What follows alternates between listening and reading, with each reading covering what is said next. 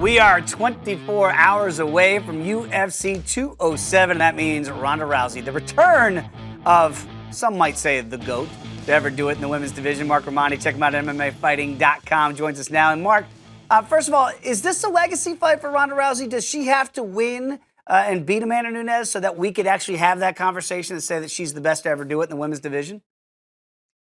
That's a tough question. I don't know. I don't think it's a legacy fight in the sense that she needs to win this fight to cement her legacy. I think that's already been cemented as really the pioneer in making women's MMA a thing, right? In the UFC at the highest level. She pretty much, through sheer power of personality and popularity, she forced the UFC to open up the women's division. She was the first UFC women's champion, one of the first UFC women's fighters in that first fight back in 2013.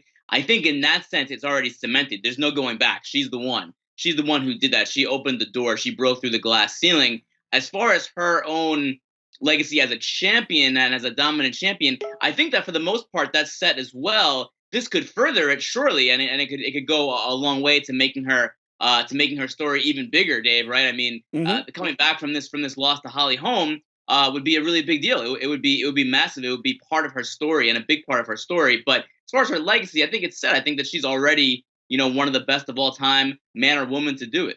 Absolutely. Dana White said today that if she wins, she thinks Ronda will fight again. If she loses, Dana, the president, is not quite sure. What's your take? Do you get a feel for what she's going to do after this?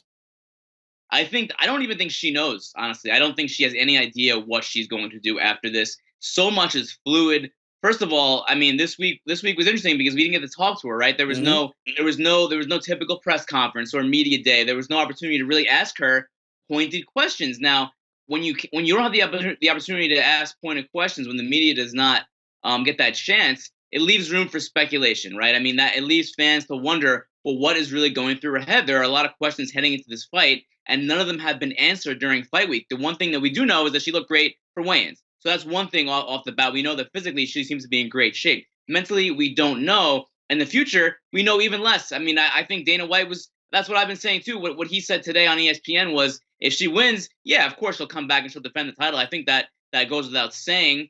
If she loses, who knows? She could step away. She has so many opportunities away from the octagon. If one comes up and it pays her seven figures, come on. What is she going to do? Does she want to continue to get punched in the face for a living, or does she want to go and pursue things that are going to pay her just as much, if not more? And she doesn't have to deal with all the horrible things that are involved with MMA. I mean, weight cutting is a big issue. Yep. ETE is a big issue, head injuries. So I wouldn't blame her either way.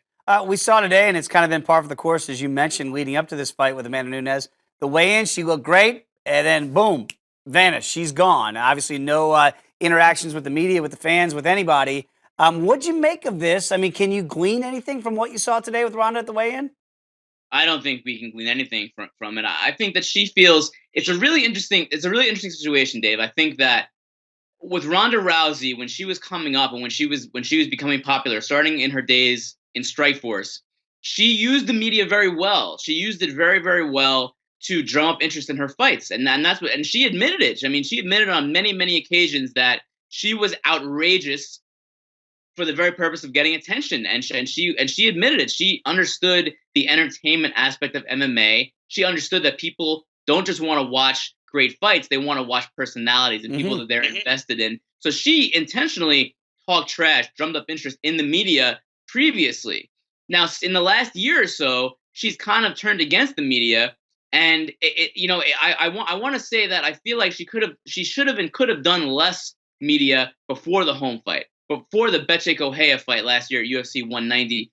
But the UFC and her pushed it because they were doing so well, right? Everything was going great. They were all making a lot of money. She was becoming more and more famous. All the media was doing her great things. And then when she lost, she kind of changed her mind about the media. Now I understand, I get it.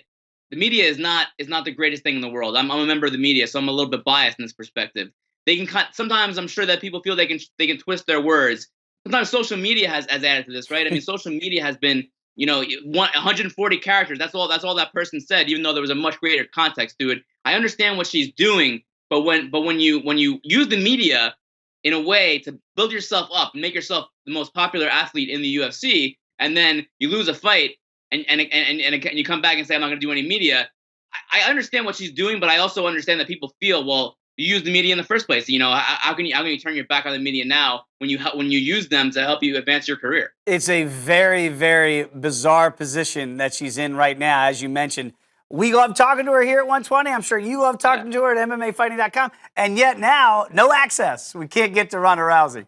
I don't mind that she's doing it. And you know what? If she feels like if this better prepares her to win a fight, then she has absolutely the right to do it because of who she is. You know, not a lot of fighters have that ability to do that. Don't have that leverage with the UFC. But it's just important for me to note that when it was to her, when it was to her benefit, she used the media and she did all these interviews and she used the headlines to build herself up. And now when things have kind of turned bad for her, I don't blame her for doing it. But I wish maybe that back then, maybe that led to her the loss, against Holly Holm. Maybe if she had done less promotion, less talk shows, and focused more on training in the weight cut, maybe she should have won that fight and we would never been in this position in the first place. It's going to be wild. We're going to see her back inside the octagon in 24 hours. Can't wait to see what she still has against the Lioness, Amanda Nunes. Marc Raimondi, MMAfighting.com. Check him out. We appreciate the time and the information as always, my friend. Thanks, Dave.